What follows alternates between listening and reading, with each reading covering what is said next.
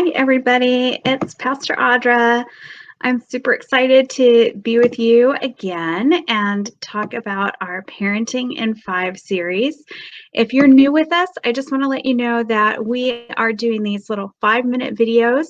There's also a downloadable, printable page to go with it, both a page that talks about what I say in the video and includes scripture, and then a page if you're co-parenting with someone who maybe doesn't share your faith, or you're using a caregiver who doesn't share your faith, but you want to use the same principles and encourage that person to use those principles with your kiddo, then we have a page that's put together by some great organizations, global organizations that look out for child welfare. And so both those are found along with the video, each of the videos on our website. So check that out. All right, today we are talking about parenting in 5 COVID fears. So your kids have no doubt heard the word COVID. They've probably learned to recite it no matter how old they are. And this is a word that could instill a lot of fear if we're not careful. So we want to be able to speak with wisdom and grace and encouragement to our kiddos when we're talking about COVID. So I'm going to lean into the scripture today. Sorry, I'm going to pull it up real quick. It's super brief from Mark chapter 36. Jesus told him, so these are the words of Jesus, "Don't be afraid, just believe." So this is in, like I said, Mark chapter 5, where Mark is reporting several cases in a row, like there's a whole bunch of them in a row, of Jesus healing people that no one expected could be healed. And each story has its naysayers, like the people who are trying to convince someone that it can't be done. But Jesus just remains really steady and faithful. He doesn't listen to those who don't have all the facts. And it's this steady kind of posture that we want to take when we're dealing with COVID with our kids, or really any big kind of illness. It's not that we're unaware of the seriousness, but that we're sure that God is bigger. And so how do we do that? Our kids are going to look to us to either quiet or confirm their fears.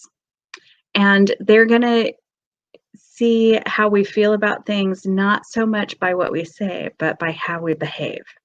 So we have to remember that fear is natural. It's important because it helps us to understand and protect ourselves from danger, right?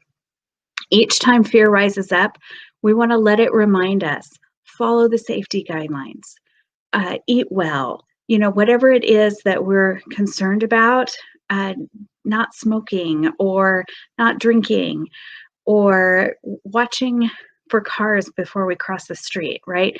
Fear kind of helps us to make those good decisions in our life. But once you're doing your part, fear has done its job. And so now it's time to release the fear, let it go. Take those lingering fears, anything that's left behind, to God in prayer. And go ahead and pray with your kids who have fears as well. Take their concerns to God. Help them to get in that habit. We want to identify and eliminate the naysayers. So we want to recognize fear for what it is. We want to put it in its place. But then there's also some people in our lives who we might need to put in their place, whether it's TV news, social media, friends and coworkers.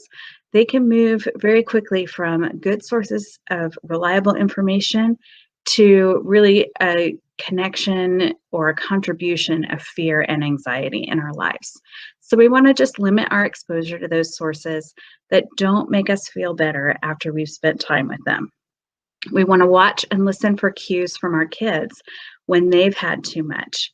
They're going to act out with things like anger, clinginess, withdrawing from their favorite activities, not wanting to eat, or wanting to snack all the time. Those are important nonverbal cues that we want to look for in our kids, and really in anyone in our household. And then we want to feed our faith and belief by adding more of the positive influences, more worship music, more scripture reading, more positive programming to our days. So my final tip, my top tip, kids need to know that you understand their fear before they can tell it to go away. So we want to invite them to share details and to really take the time to talk through fears with kids. You know, it could be that their fear is not what we think it is. We might be interpreting that their fear is about the global pandemic when really they're afraid that maybe no one's going to know them or be their friend when they get to go back to school in person.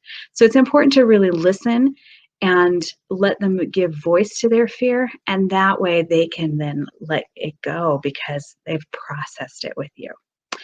All right. I love you guys. I hope you're finding these helpful, and I will see you next time.